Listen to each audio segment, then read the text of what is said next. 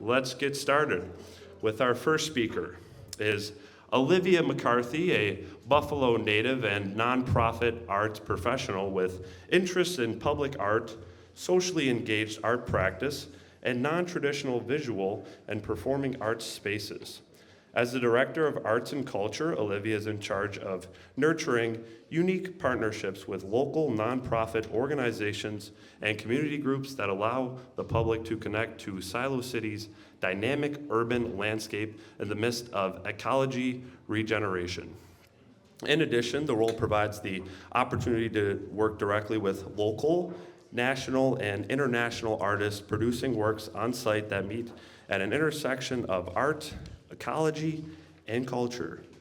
Olivia holds a BA in art history and a master's degree in arts management from the University at Buffalo. Go Bulls. So this is our first one. This is our first bridge to cross tonight.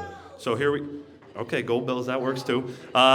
So please join us in welcoming Olivia McCarthy.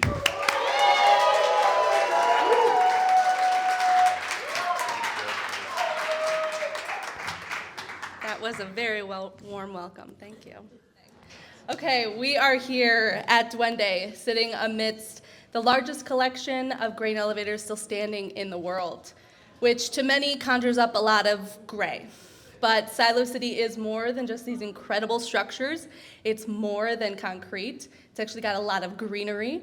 It's got a lot of rich ecological activity that way, more so in the summer. But it helps us stand out. So today I want to talk about this interesting intersection that relates to architecture and design, as well as art and ecology. We like to think of Silo City as a post-industrial campus where art, culture, and ecology meet.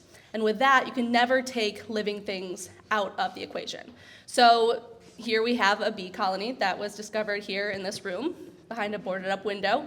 And it could have been very easy, although not friendly, to remove the bees, board up the window, replace the windows, and be done with the day. But there were better visions and visionary artists who entered Elevator B into a design competition sponsored by Rigidized Metals. This elegant design reflects the verticality of the silos and functions not only as an artistic point of interest, but also a man-made bee habitat that's part of a larger ecosystem on site. We know design includes people. We can't just think of the structures, and Silo City is no different than a building. We have to think about how our landscape allows people to gather, play, spend time together, create community amongst themselves, or even alone, communing with themselves. And a landscape that connects with people also can be thought of conceptually. So that can be seen in the case of Again by Marlene McCarthy with ecologist Josh Smith. This earthwork is meant to be a participatory work.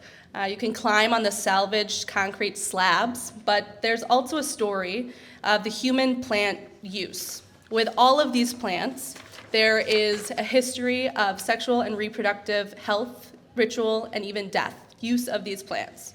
This space is designed for conversation, to connect with your body, and in addition to that, it reveals the potential of biodiversity and growth in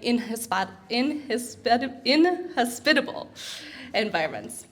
So our interest here in increasing biodiversity artfully can be expressed through the UB Architecture and Planning project called The Trellis. The complexity of this task came to mind when I learned that there are actually detailed blueprints that note the custom arcs of all of these rigidized steel cables. I shouldn't be surprised, the meticulousness of it, but it really did blow my mind.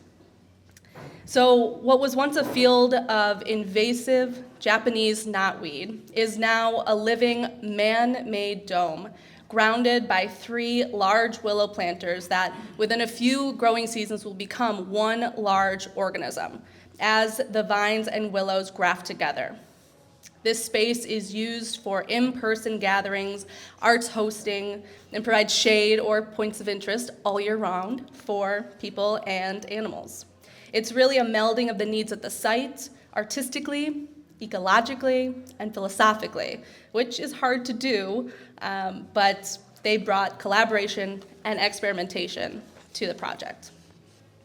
As I introduce River Hill, a labyrinth and pollinator garden by Dara Friedman, I'd like to touch on how design can encourage us to move through space. Labyrinths naturally encourage movement, but the specific design concept here takes this on by acknowledging and honoring the Buffalo River and its meander. The placement of standing black lotus, of boulders, create pivot points along your journey through the labyrinth. And you as an individual have the opportunity to embody the river. As Dara Friedman describes, when water hits a rough patch, it doesn't stop, it finds ways to move around it. Such a powerful way to think about your movement, not just in this space, but you can think of it in life as well. It's a chance to wind and unwind your mind and body. And when thinking of the mind and Silo City's location on the ancestral lands of the Seneca Nation, it's hard not to think of the Haudenosaunee teachings of the good mind, where from my understandings, peace is grounded in thanks. And we're grateful to partner with Seneca artist Bill Krause and celebrate Gustawe.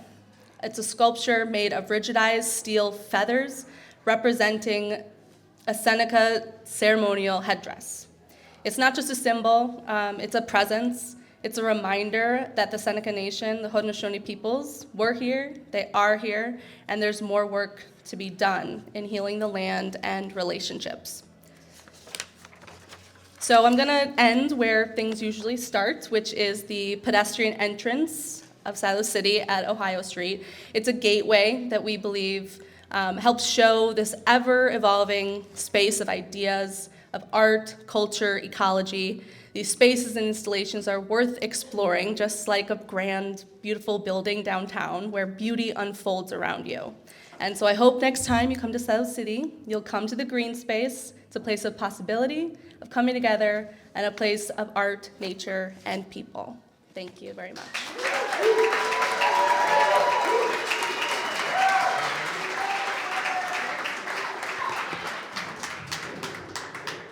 I mean, come on, Olivia. I was just saying how hard this is. You just come on and smash it. Unbelievable. Give it up for Olivia one more time. That was fantastic. See what I'm saying? These slides are flying, man. I'll tell you what. All right. Thank you so much, Olivia.